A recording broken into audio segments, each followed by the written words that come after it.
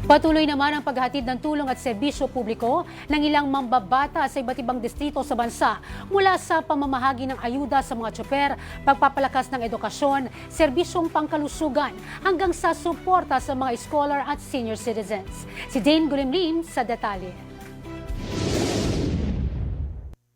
Personal na bumisita si Aklan 1st District Representative Jess Marquez sa mga tricycle drivers sa New Washington na benepisyaryo ng Presidential Assistance to TODA drivers. Bukod sa pamimigay ng ayuda, nakipag-ugnayan din ang kongresista sa mga tsoper upang alamin ang kalagayan ng kanilang hanap buhay at matukoy ang mga hindi pa nakakatanggap ng tulong. Binigyang diin ni Marquez ang kahalagahan ng inklusibong serbisyo upang matiyak na walang maiiwan sa mga programa ng pamahalaan.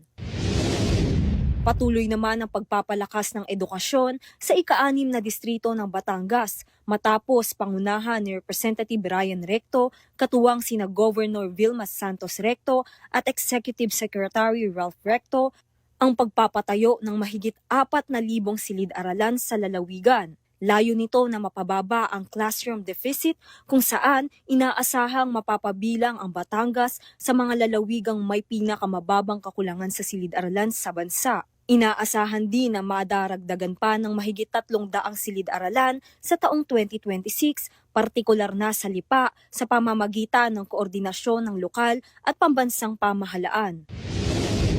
Pinalawak naman sa Barangay Nangka, Marikina ang akses sa serbisyong pangkalusugan sa pangunguna ni 2nd District Representative Miro Kimbo. Inilunsad ang PhilHealth at Yakap registration upang mas mapadali ang pagkuha ng PhilHealth ID at benepisyo ng hindi na kinakailangang bumiyahe pa sa mga tanggapan.